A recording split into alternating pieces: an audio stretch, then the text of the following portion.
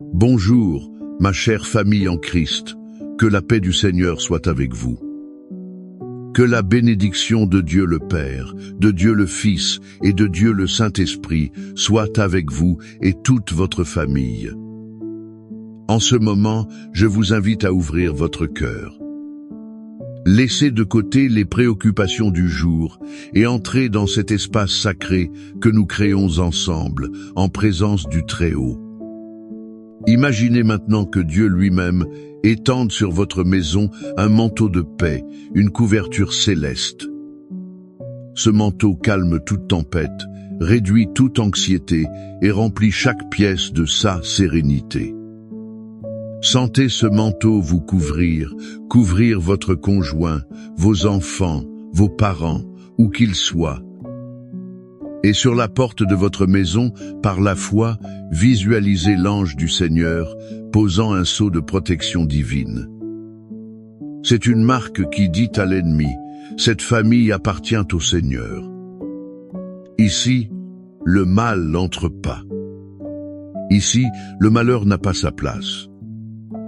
Respirez profondément et acceptez cette bénédiction, car c'est notre point de départ pour un temps puissant de prière et de restauration. Maintenant, avec nos cœurs unis et notre foi activée, entrons dans un moment de bataille spirituelle. Car notre lutte n'est pas contre la chair ou le sang, mais contre les forces spirituelles du mal qui tentent de détruire l'harmonie de nos foyers.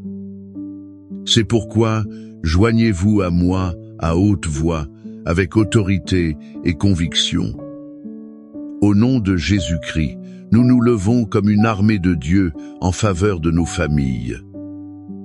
Nous déclarons que toute arme forgée contre notre mariage, la vie de nos enfants ou notre paix est dès maintenant brisée et impuissante. Nous utilisons l'autorité qui nous a été donnée au nom de Jésus.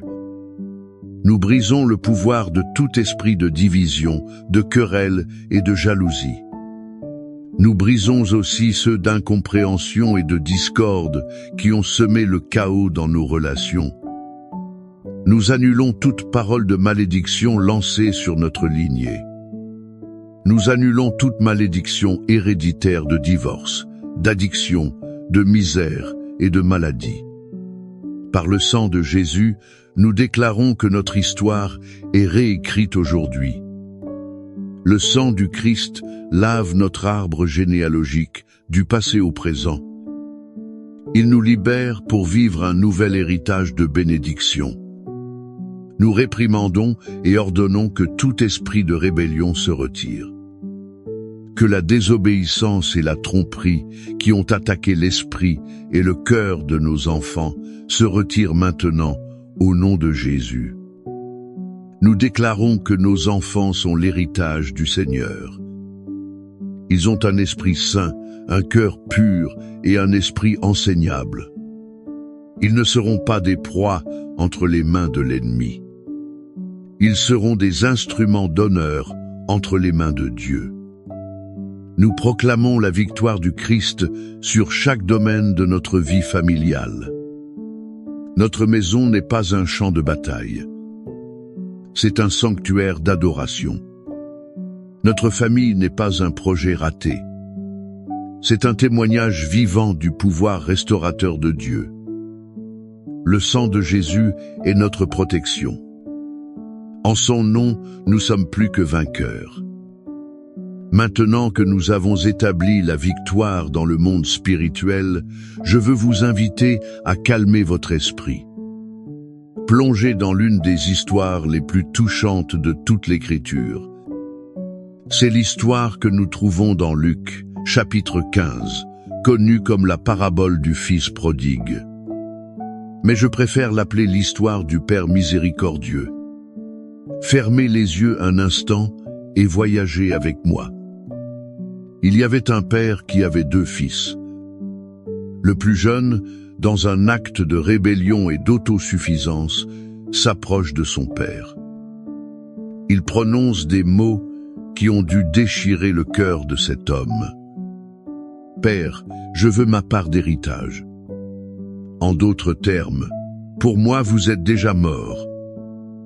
Je veux juste ce qui me revient de droit pour vivre ma vie loin d'ici. Pouvez-vous sentir la douleur de ce père? Malgré tout, il partage ses biens. Le fils rassemble tout et part pour une terre lointaine. Là-bas, loin des yeux et des valeurs de son père, il dilapide tout dans une vie d'excès. Quand l'argent est épuisé, une grande famine s'abat sur la terre. Ce jeune homme qui avait tout souffre maintenant de la faim. Sa dégradation atteint le point où il désire manger la nourriture donnée aux porcs. C'était l'animal le plus impur pour un juif. Dans cette porcherie, au fond du gouffre, la Bible dit qu'il revint à lui-même. Il se souvint de la maison de son père, où même les serviteurs avaient du pain en abondance, tandis que lui mourait de faim. Et là, au milieu de la boue, naît une décision. Je me lèverai et j'irai vers mon père. Il répète un discours de repentance, prévoyant de demander à être traité comme un simple serviteur. Car il ne se sentait plus digne d'être appelé fils. Mais la partie la plus émouvante de l'histoire est celle-ci. Et comme il était encore loin, son père le vit et fut ému d'une intime compassion. Il courut, se jeta à son cou et l'embrassa. Ce père n'avait jamais abandonné. Chaque jour, il regardait la route, espérant, attendant avec impatience le retour de son fils.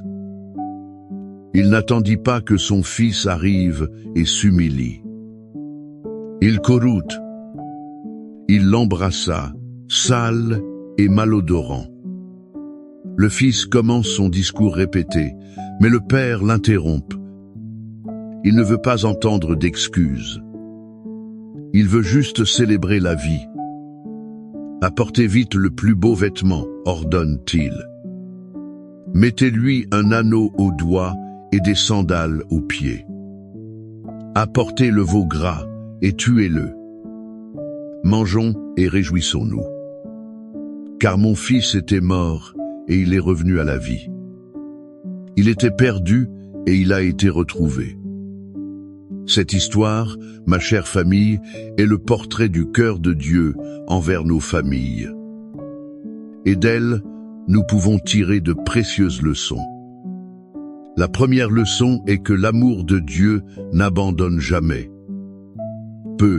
Êtes-vous un père ou une mère dont le cœur est brisé par un enfant qui s'est éloigné? Il a pris de mauvaises décisions et vit dans un pays lointain. Cela peut être géographiquement, émotionnellement ou spirituellement. La communication a-t-elle été coupée? La douleur du manque est votre compagnon quotidien. Cette histoire est pour vous. Le Père Céleste, tout comme le Père de la parabole, n'a pas cessé d'aimer son Fils une seule seconde. Il a continué à regarder la route, à attendre avec espérance. N'abandonnez pas votre fils ou votre fille.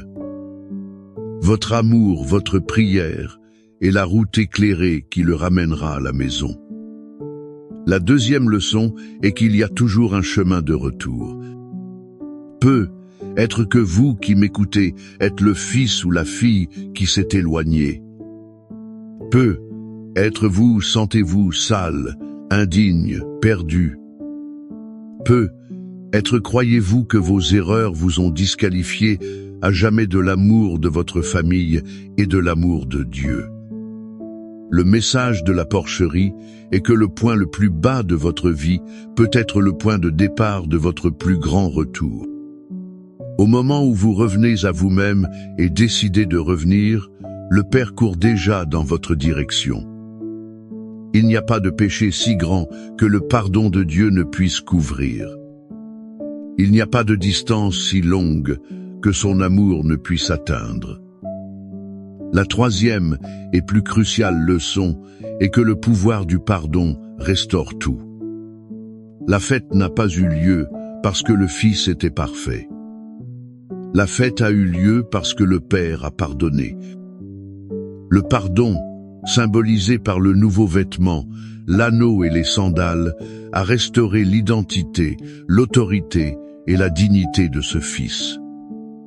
Combien de nos familles sont paralysées par le manque de pardon? Blessures entre mari et femme, ressentiment entre parents et enfants, amertume entre frères. Le pardon est la clé qui déverrouille les portes de la restauration. Dans votre rôle de père, mère, fils ou conjoint, êtes-vous prêt à courir à la rencontre de l'autre? Ou préférez-vous attendre une demande de pardon parfaite? Êtes-vous disposé à offrir le pardon qui ouvre le chemin à la fête de la réconciliation? Et cette promesse d'un foyer, d'un Père qui attend et protège, est scellée dans les Écritures. L'histoire du Fils prodigue montre le cœur du Père. Les psaumes nous donnent les mots pour faire confiance à ce Père. Le psaume 91 est l'étreinte protectrice de ce Père sur ses enfants. C'est la déclaration que, sous ses ailes, nous sommes en sécurité. C'est la promesse que, même si le monde autour de nous est dans le chaos, aucun mal n'atteindra notre tente. Et le psaume 23 est la garantie que ce même Père est notre berger. Il nous guide et nous soutient. Il prépare une table pour nous, même au milieu des difficultés. Il pourvoit à tous nos besoins. C'est pourquoi maintenant, je vous invite à fermer les yeux, à respirer profondément et à recevoir ces mots. Ne les recevez pas comme une ancienne poésie. Recevez-les plutôt comme une promesse vivante et active sur votre vie et votre famille aujourd'hui. Laissez chaque mot du psaume 91 laver votre âme et renforcer votre foi. Je vais le lire posément. Vous recevrez simplement cette bénédiction. Celui qui habite sous l'abri du Très-Haut reposera à l'ombre du Tout-Puissant. Je dirai de l'Éternel, il est mon Dieu, mon refuge, ma forteresse en qui je me confie. Car c'est lui qui te délivrera du filet de l'oiseleur et de la peste pernicieuse. Il te couvrira de ses plumes et tu te réfugieras sous ses ailes. Sa fidélité est un bouclier et une cuirasse. Tu ne craindras ni les terreurs de la nuit, ni la flèche qui vole de jour. Tu ne craindras ni la peste qui marche dans l'obscurité, ni la contagion qui ravage en plein midi. 1000 tomberont à ton côté et 10 000 à ta droite. Mais cela ne t'atteindra pas. Seulement de tes yeux tu contempleras et tu verras la rétribution des méchants. Car tu es mon refuge, ô Éternel. Tu as fait du Très-Haut ta demeure. Aucun mal ne t'arrivera. Aucune calamité n'approchera de ta tente. Car il ordonnera à ses anges à ton sujet de te garder dans toutes tes voies. Ils te porteront sur leurs mains, afin que ton pied ne heurte aucune pierre. Tu marcheras sur le lion et l'aspic. Tu fouleras le lionceau et le serpent. Puisqu'il m'aime, je le délivrerai. Je le protégerai, car il connaît mon nom. Il m'invoquera, et je lui répondrai. Je serai avec lui dans la détresse, je le délivrerai, et je le glorifierai. Je le rassasierai de longs jours. Je lui ferai voir mon salut.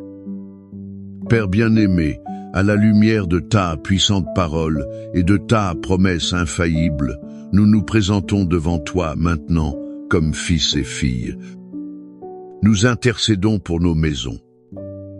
Nous te remercions pour ton cœur de Père qui n'abandonne jamais, qui espère toujours et qui court à notre rencontre. Et en ce moment, nous clamons pour chaque fils et fille qui, comme le fils prodigue, s'est éloigné de la maison et de tes chemins. Seigneur, où qu'il soit, Nous te demandons que ton Saint-Esprit les atteigne, qu'ils puissent revenir à eux-mêmes dès maintenant. Que le souvenir de l'amour du foyer et de ton amour les pousse au repentir. Nous brisons toutes les chaînes de vices, de mauvaise compagnie et de tromperie qui les maintiennent captifs. Père, crée en eux un désir irrésistible de rentrer à la maison. Prépare les cœurs des parents à les recevoir à bras ouverts, sans accusation, en célébrant la vie. Seigneur, nous prions pour les mariages en crise, pour ces couples qui vivent comme des étrangers sous le même toit. La communication est brisée et l'amertume s'est installée. Père, nous te demandons de verser ton baume de guérison sur ces blessures. Restaure l'amour, le respect, la complicité. Brisez l'orgueil qui empêche le pardon. Qu'ils puissent se souvenir de la raison de leur union. Qu'en toi, ils trouvent la force de recommencer. Nous réclamons la promesse du psaume 23 sur les finances de chaque famille ici représentée. Tu es notre berger et rien ne nous manquera. Nous réprimandons l'esprit de misère, de dette, de chômage. Ouvre les portes de la provision, Seigneur. Multiplie les ressources, enseigne-nous à être de bons intendants. Que dans nos maisons, il y ait toujours du pain en abondance. Ainsi, nous pourrons être un canal de bénédiction pour les autres. Et enfin, Père, nous prions pour la guérison physique et émotionnelle. Nous plaçons devant toi chaque membre de la famille qui lutte contre une maladie physique. Nous déclarons ta guérison sur eux. Nous prions aussi pour la guérison de l'âme, pour les blessures de rejet, d'abus, d'abandon. Guéris les souvenirs douloureux, calme les cœurs anxieux. Remplis chacun de ta paix qui dépasse toute compréhension. Nous t'invitons maintenant, Saint-Esprit, à parcourir chaque foyer connecté à cette prière. Là où il y a la tristesse, apporte ta joie. Là où il y a des conflits, établis ta paix. Là où il y a la maladie, manifeste ta guérison. Là où il y a le manque, libère ta provision. Nous te livrons nos familles, pour que ta volonté soit faite. Maintenant, je vous encourage, comme un acte de foi, à écrire le nom de votre famille ou votre demande de prière spécifique dans les commentaires. Formons une grande chaîne d'intercession, croyant que lorsque deux ou plus s'accordent sur la terre, cela sera lié dans les cieux. Que la grâce de notre Seigneur Jésus-Christ, qui nous réconcilie avec le Père, soit sur vous. Que l'amour de Dieu notre Père, qui nous attend les bras ouverts, soit également sur vous. Que la communion et le réconfort du Saint-Esprit, qui nous unit et nous fortifie, soit sur toute votre maison.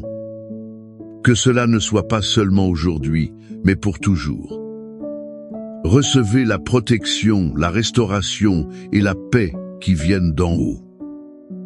Allez en paix, sachant que votre famille est gardée dans le refuge du Très-Haut. Amen.